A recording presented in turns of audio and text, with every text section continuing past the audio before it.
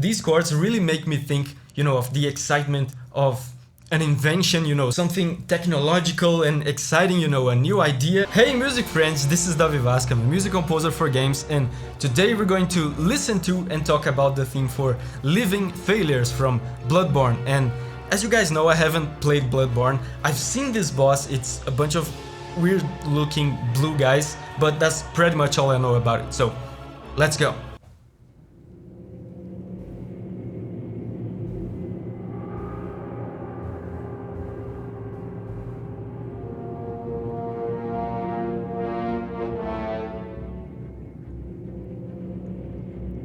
Slow start.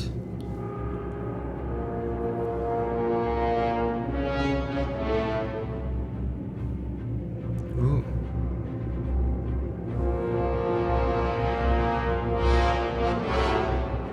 The strings at the back are growing, it's building up.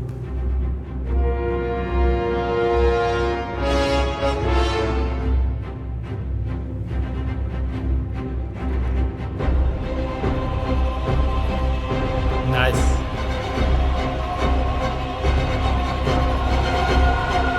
Oh, it's building up.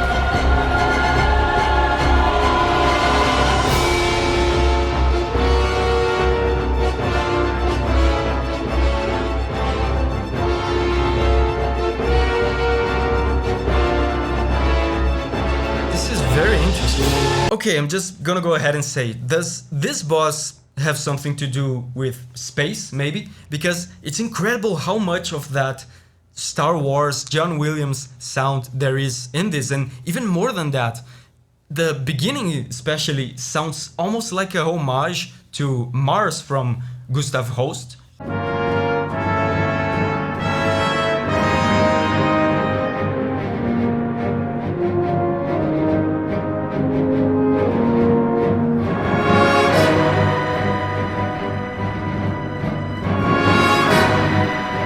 And I mean, I've seen these guys, they definitely look like they could be aliens or something like that. So the Gustav Holst thing definitely sounds like it's intentional. So I feel like they're trying to convey that sensation of something weird and otherworldly, something, you know, maybe from space or something like that. And backtracking a little bit here, the beginning is so eerie. It starts so slow and eerie, and then they do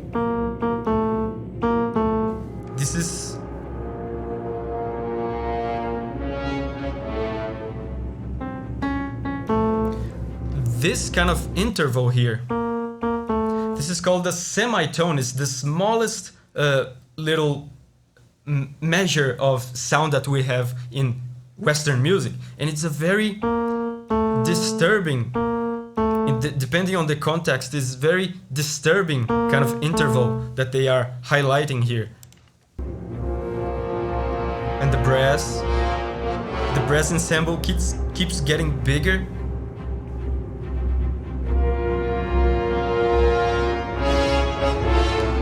This to me,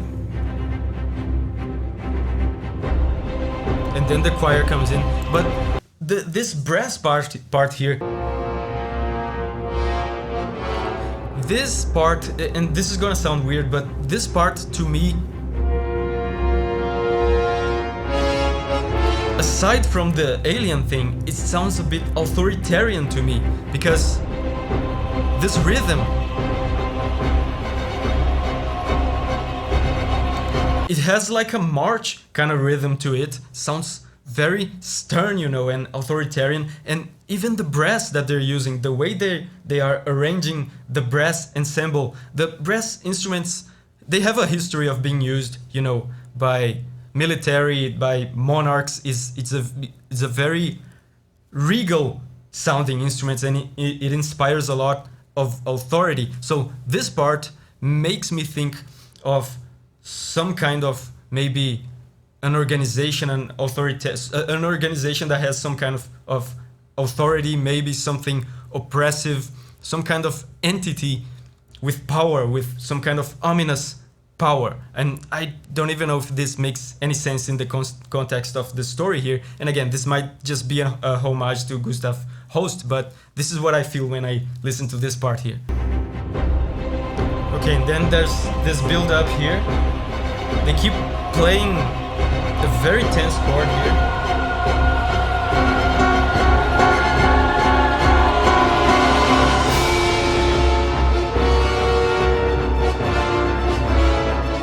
Again, a lot of focus on the brass.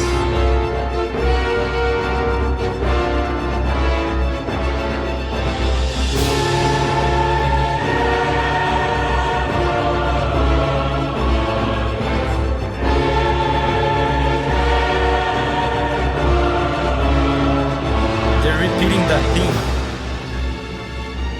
Yeah, this theme. It's very eerie.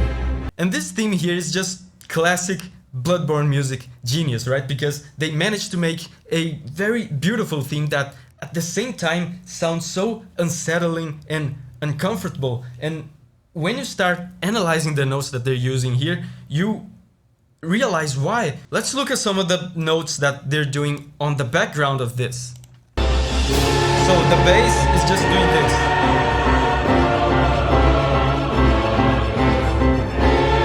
Just this. And on the right speaker, see if you can hear a violin here holding one constant note. It's this note. Okay, so at the background you basically have this, which nothing too uncommon, it's just a sad chord, right? It's a little bit mysterious because there's some notes missing, but sure, it's a sad chord. But when you put on the theme over this, that's when things get crazy. So, did you guys hear that? It's so mysterious and disturbing, but most important of all, it doesn't match at all with the background notes that we played earlier. So, it feels like they're putting stuff on top of each other that doesn't match, that doesn't belong at all. They're doing it purposefully to create that sensation of some kind of abomination, something ugly and weird and uncomfortable. Okay, still the disturbing theme.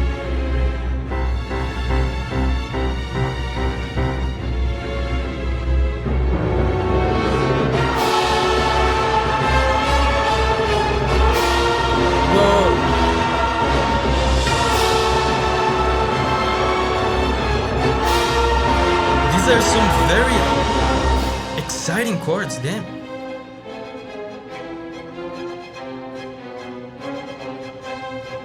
What is this? There's a very interesting chord in this part here. Both chords that they're doing here are very exciting, but the second chord is particularly interesting. Take a look.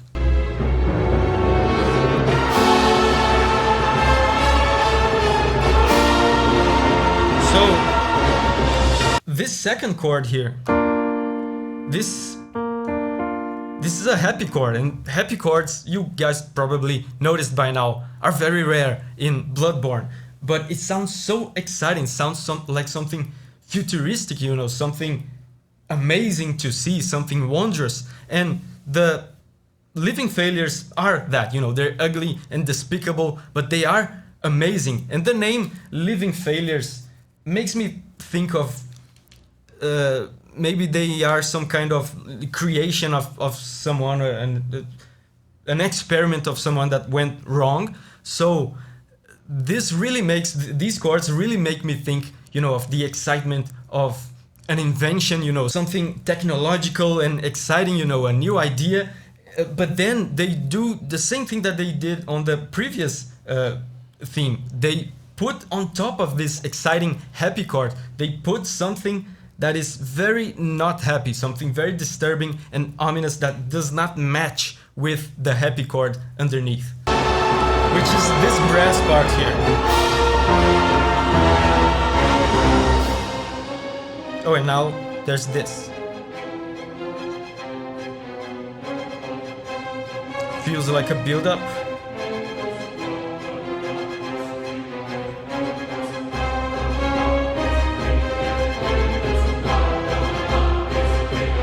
choirs. Oh, it's gonna explode. Keeps going.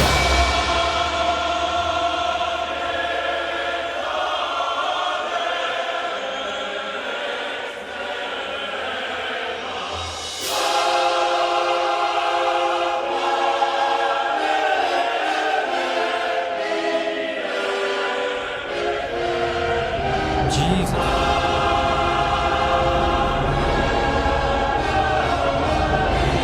Listen to the happy chords in this.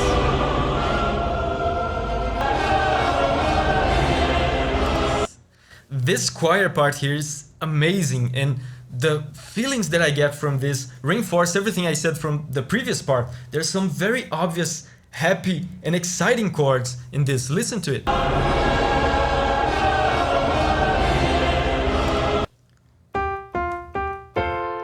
This is very happy, it sounds so exciting, so it's similar in the kind of vibe of the previous section, and they keep alternating between these exciting and happy chords and tense and disturbing stuff. It feels to me like someone out there, maybe not the player of course, but someone out there in the world of Bloodborne is happy and excited, or at least maybe was happy and excited about the living failures. Maybe the person that created them, but there's certainly a lot of inventiveness and excitement and a glorious aspect to these chords. Okay,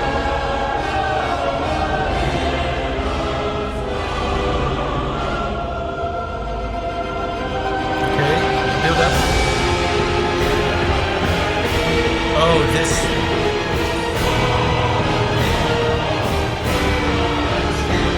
Sounds like a second phase.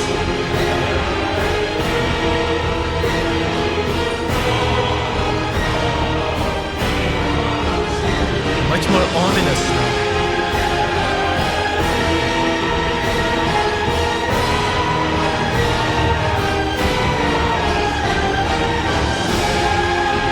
Oh man. These choirs.